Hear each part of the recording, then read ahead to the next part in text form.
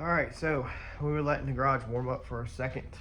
It has been in the 30s all the way to like lunch today here. Went ahead and placed the order for the tap. So being our threads are dirty, as you've seen in the control arm video, Uncle Mike stopped by last night and we were trying to screw in the ball joints, and he was actually cleaning some of the thread out with a little file. But dude, doing 4 of them, and I got 5 just in case, is going to be work. And then if you mess up the weld and you slightly distort the threads when welding, which is a pretty thick piece, Mike will be welding this, and Mike said it shouldn't happen, but if we slightly distort the threads when welding, then we're still going to need a tap.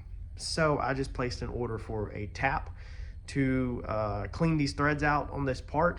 $185 for this tap for ball joints K772. We try to screw in a couple ones in 2 different sleeves, and you can tell that like one, it'll go almost all the way through, and then the other one it won't. If you flip it around, it'll go deeper. Like, so the threads are right, it's just they're dirty. It's just, it sucks. You spend all that money and then you got to spend another $200 just to clean their mess up. But the good news is that now we'll have it, and so if we ever need it in the future, we'll have a K772 ball joint tap. We are going to now, I guess, move forward with some stuff on this engine. Somebody mentioned the Donald, I think it was, mentioned the fuel filter. He said, can we get it blue to match the engine? Well, it matches the water piece, so yeah, we need to do something with it. We might just wrap this in like carbon fiber vinyl. I don't really want to paint this thing because then it's easy to be scratched, and sometimes to take this on and off you got to put it in the vise to kind of bust these ends off of it. So I don't really want to paint it just because of, you know, it being scratched. So we might wrap it with some vinyl just to cut down on the red so there's not so much red. Maybe we'll spray paint the end of it that you can see the top side. I don't know. That piece back there, we need to do something with it again if we ever take it out. It used to be wrapped with vinyl, and then I took it and peeled it off. But yeah, I definitely do hate that them pieces are red. But I think we're gonna get the intake put on and start, I guess, plumbing some small stuff. Buddy, we got the oil pan off. So the oil pan comes out of the vehicle with the motor in the car, which is amazing. It's amazing because the first time I blew up this engine at TKM, okay, we had no oil pressure. Kevin found that we had no oil pressure. 100% my fault. He said, you got 2 options. You either put it on the lift over here and we drop the pan and check the bearings. If the bearings don't look scarred, then we move forward with the dyno, or you just chance it. He said, I wouldn't recommend chancing it. I'd pull the pan and look at it on the lift. Check the bearings real fast. Let's roll some out. I said, I don't think we can get the oil pan out of the car. I said, there's a lot in the way. I don't think we can get the oil pan out of the car in a timely manner. I was like, I don't even know if it will come out the car, period. I said, so let's chance it. We chanced it. We blew up the motor. My fault. 100% my fault. I gave the go to keep pushing without checking. Later on, let's fast forward over a year. Another car, we're adding the block heater to the pan, or the oil heater to heat your oil up. In a previous video about last year, I tried to take the pan off to check the clearances of the heater, and I completely unbolted the pan in the car. I had to take the headers off to get to the pan bolts to even get the pan out, which was a whole ordeal. But once I got the pan off, unbolted, it would not come out the car because the motor was too low to the cross member. So if we jump backwards, if I would have even tried to take the pan off at TKM, not only would I had to pull headers apart, I would have had to freaking take the pan off. That would have been 2 hours just to even get the pan loose with them headers. It wouldn't come out the car. So it's very important, if you're building a car right now, to think about these things and don't make the same mistakes I did. Is think about the clearance. Can you get the oil pan out the car?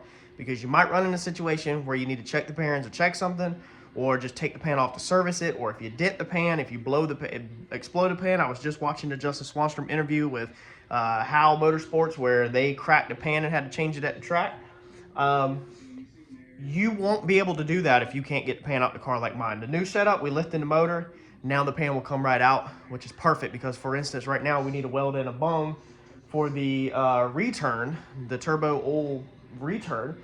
And if I wasn't able to pull that pan, we would be taking the motor back out the car. And that's the reason why the lift plate is still on the engine, is because I felt like I had it. I was 99% sure I had it, but there's always that 1% that maybe you're wrong again and you don't have it, and we had to pull the motor back out. But we're in the clear, pan comes out, so we need to weld in that bung, and then we can move forward with buttoning our intake up and all that. That's the only thing I was waiting for before I put the intake on, was to make sure that pan come out.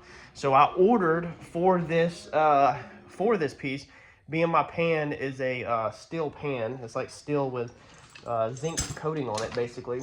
I ordered a steel bung, okay, for the oil line return. I'm pretty sure this is dash 10 or 12. I think this is 10. I ordered whatever John told me to order. It's bigger than what's recommended. John said don't listen to basically everybody else to order. Yeah, it's got to be that line.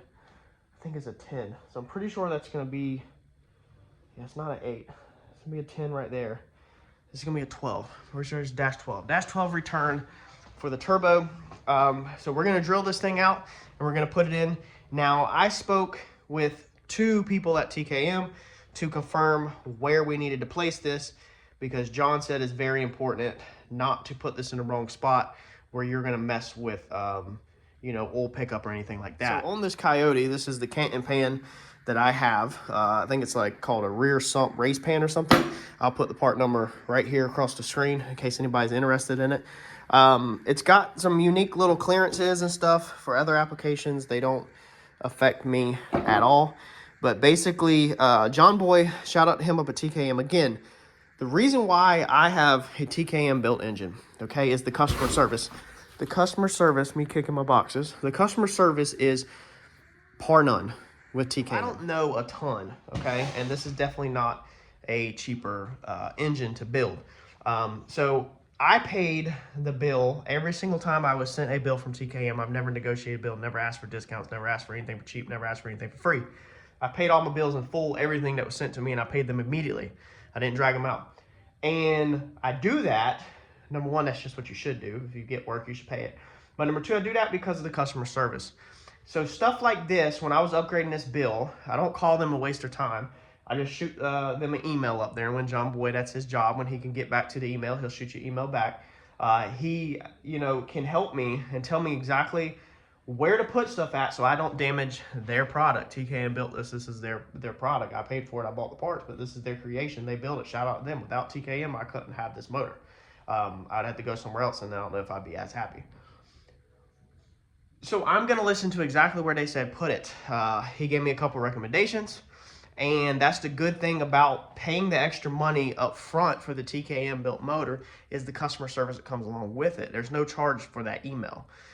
You know, now you can reach out to Canton, I'm sure, like that, but at the end of the day, TKM's an engine builder. They understand 100% of the oil. I'm sure Canton does too, but I trust TKM on a personal level. So we're going to get this thing mounted. Basically, where John Boy said to put it at was it can go right here in the center underneath the harmonic balancer, and there's actually a little spot right here for it to go.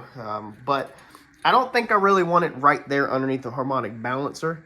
I think I want it off to the side. And this side over here is perfect. It's in line with the turbo. So it's basically a straight shot out the turbo into the pan. John Boy said anywhere in the front. He said here. And then I said, can I go left or right? He said, yeah, you can absolutely go left or right. He said basically anywhere in the front. He was like, or off to the side.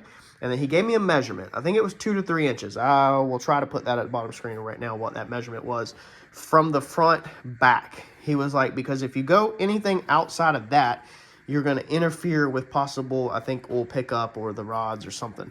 So I'm going to listen to what he said, and we're going to put it where he told me to put it, where I can put it. And my choice is going to be in the front, and it's going to be off to, let's see here, if we rotate like this, it's going to be off to this, man, watch me, I just damaged them threads. When you drop these things, sometimes you got to check it because sometimes it will damage the threads. I had damaged one back in the day. The aluminum ones are real bad about it. If they get dropped, the threads can damage. We want to screw that in a line real fast before we weld that in and make sure that didn't nick anything. It looks good, but always check if you drop a bung. So we're going to go ahead and weld this in. Now, John said that I can do this with the MIG welder, Turbo John, and that I'll be perfectly fine. So what we're going to try to do, he said make sure we just fill this thing full of water or old motor oil or something and basically leak test it. So I have some motor oil right there.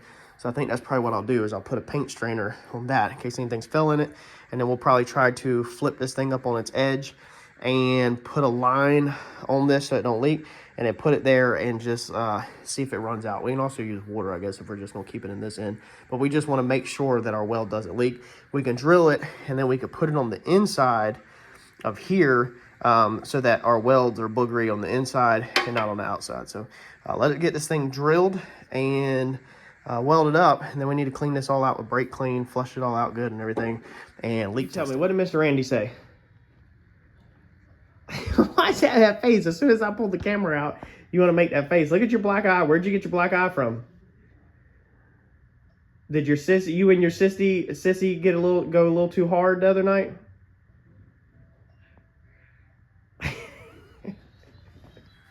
Give me a high five. Give me a high five. Are you in there watching George? No. What are you watching? What are you watching? Who's that? Who's calling you? That is Papa and me as a baby. What are you going to That's an old picture. Why? Just is. I'm drilling though. All right, so we did our... You want something to eat? Okay, hold one moment, and then I'll be in there, okay? All right. So we drilled an 1/8 inch hole in here just to get started, and then we stepped it up to, I mean, you can step it up to whatever, but I stepped it up to 1/4, and now we're gonna do a step down bit to actually get that big hole in there. One thing that I did do was I stuck a magnet right here so that hopefully as these shavings fall, and maybe this magnet will catch some. Now we're still gonna clean all this out, of course, with brake clean and everything, but why not just go ahead and at least stick a magnet right there to try to catch some of it to eliminate it. So we're gonna step that down and get it fitted up.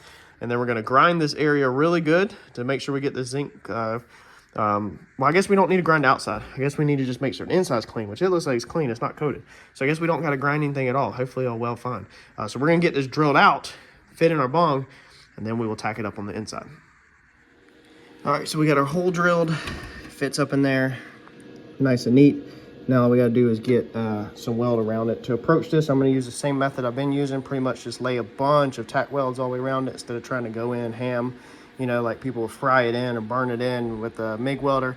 We're just going to burn in a bunch of tacks all the way around it, kind of stack dookie dimes, and hopefully we don't get no leaks. All right, now one thing we are going to do to be safe is we're going to just light up a lighter right here around where we're going to be welding that. I did clean it out with brake clean. Brake clean is flammable, and the last thing you want to do is go to be holding everything in there and pop that welder, and then poof, a whole fireball comes off. I thought it had time to evaporate, but I just wanted to be safe. I'd rather that thing pop off with the lighter when I'm expecting it to do it versus when your mask is down and you pull that trigger and then a big fireball comes up. All right, again, just like with the sheet metal that we welded on the car, it did it, but it didn't like it. It was throwing a pretty bright flame. So I think I'm perfectly fine. I put a little bit of that crap on the bottom, a little bit extra, as you see, just because I can't see really great down there. But nothing burnt through. Just doing the little at a time, making sure you melt, you know, the bong across. I think we're gonna be perfectly fine, but we'll keep it on an angle like this. We'll put a line on it and fill it up with water here in a second when it cools, and then we'll just let it sit and make sure nothing leaks out, you know, before we go put it on the car. Clean everything up, and then we should be good to go. So it's definitely always better if you can hide your welds on the inside of something than the outside. That way it doesn't look like complete crap. I'm not sure. I think maybe that was a stainless bung and not just a steel. It probably was a stainless, honestly. But it worked. It's done. John told me I could do it, and he was right. It worked. All right, so all we're gonna do is just pour the water in here, get it up above our fitting that we just welded. Now I did just spill it all over the flange, so some is dripping off the flange. Let's see here. We want to get it right up above our weld, so that's right there to the edge. And like I said, I spilled some off the flange right here, but our actual weld does not appear to be leaking at all.